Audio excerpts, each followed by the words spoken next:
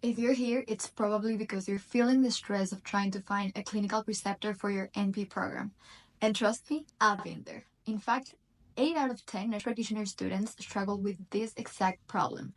And honestly, I didn't know it was going to be this tough. Unlike MDs and RNs, most NP programs don't provide placement for clinical rotations. You're pretty much on your own, sending out what feels like thousands of emails, waiting for responses that may never come. And it's frustrating, right? And that preceptor shortage we're all facing, yeah, it's real. The deadlines creep closer, and sometimes you're still left waiting and waiting and waiting. And it's a lot. But don't worry, I'm here to help. I've learned a few tricks that made my life a bit easier, and I want to share them with you. So if you're currently stressing about finding a preceptor, hang tight because this video is for you. Alright, let's start with the most basic tip: school resources. Yes, I know it's not groundbreaking, but hear me out. Even if the list of preceptors your school provides feels outdated, it's still a good starting point. I went through the entire list. Some didn't work out, obviously, but I found a few hidden gems. Also, talk to your academic advisor. They know the ins and outs of who might still be available and can offer insights on which preceptors to avoid. It's also worth asking. And don't forget to check student groups or associations at your school. Students love sharing their experiences and preceptor lists. Now, if you're like me and want to have more control over where you do your rotations, it's time to get creative. LinkedIn is your best friend. I know it might sound odd at first, but it's a professional platform for a reason.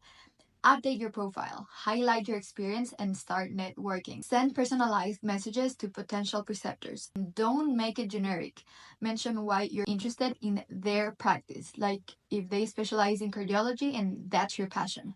It shows you've done your homework, and that can really help you stand out. Another amazing resource is Facebook. Specifically, there's a group called NP Preceptors, free and paid for nurse practitioner students. It's packed with NP students just like us and preceptors who are offering spots, some for free, some for a fee. This group can be a game changer, and you'll see posts from preceptors offering clinical rotation spots and students sharing tips on how they secure their preceptors. So, seriously, if you're not in this group yet, join now. Okay, let's say LinkedIn and Facebook don't work, or maybe you haven't had much luck there.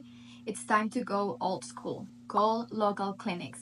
Smaller practices, especially NP run clinics, are often more flexible and willing to take on students. Pro tip: ask to speak with the office manager, not the preceptor directly. They're the ones who schedule students, and if you leave a voicemail, follow up with an email right away.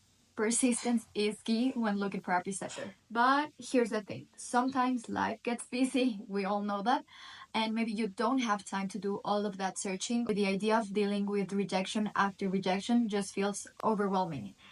That's where NPHub comes in. NPHub is a service that helps connect NP students with preceptors. And yes, there is a fee involved, but they offer flexible payment plans to make it easier for you. If you're tight on time or you just don't want to deal with the stress of searching on your own, because yes, there is a lot of stress involved there, I 100% recommend NPHub. They make the process so much simpler and take the weight off your shoulders. Honestly, sometimes investing in a service like this can be a lifesaver, especially when those deadlines are creeping up. Now, here's where I get real with you. Sometimes you'll face rejections or hear nothing back. And that's okay. Keep your search wide and stay flexible.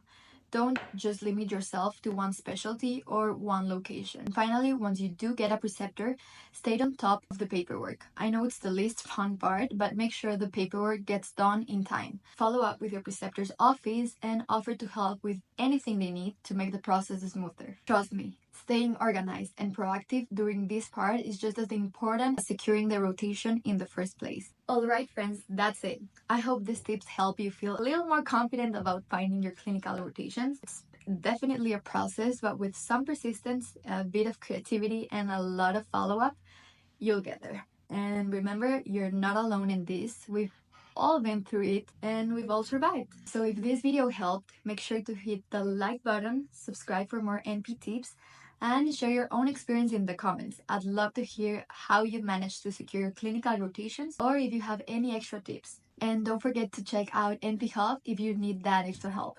Thanks for watching and good luck.